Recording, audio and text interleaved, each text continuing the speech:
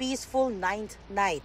Ito ayon sa Holy See Press Office ang latest na sitwasyon ngayon ni Pope Francis na nasa ospital pa rin dahil sa double pneumonia. Kasunod iyan ang ulat nilang kritikal ang kalagayan ng Santo Papa matapos makaranas ng prolonged asthma-like respiratory crisis na dahilan para bigyan siya ng high-flow oxygen.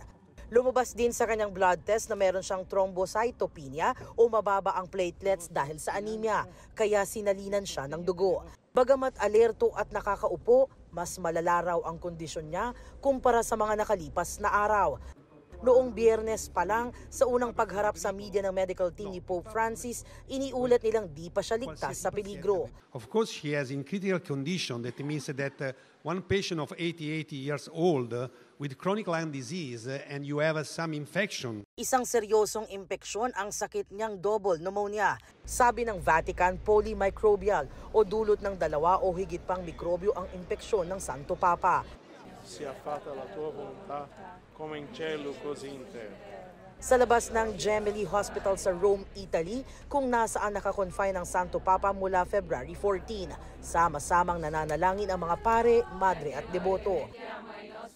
Nagtipon din ang mga Katoliko sa Vatican City para ipanalangin ang paggaling ni Pope Francis.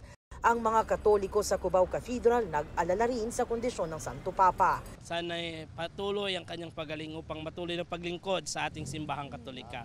Sana po gumaling na po ang ating Pope Francis po. Yun lang po. Nasama niyo po ba siya sa inyong dasal ngayon? Opo, kanina po. Sinama po namin sa panalangin po. Sa Buenos Aires, Argentina, kung saan isinilang at naging arsobispo si Pope Francis o Jorge Mario Bergoglio.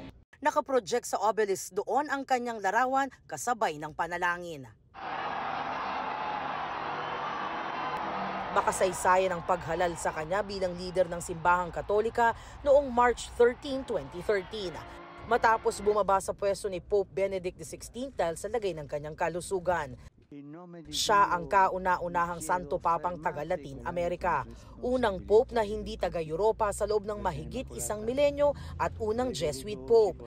Tinagurian siyang the People's Pope dahil sa pagpapahalaga sa mahihirap at may kapansanan, kalikasan at sa kanyang progresibong pananaw tungkol sa kababaihan, LGBTQIA+ community at mga non-believer. Naging malapit din si Pope Francis sa mga Pilipino.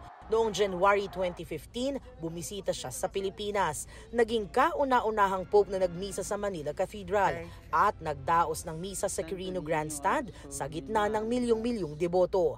Makasaysayan din ang pagbisita niya sa Leyte para magmisa at kamustahin ang mga nasalanta ng super bagyong Yolanda noong 2013.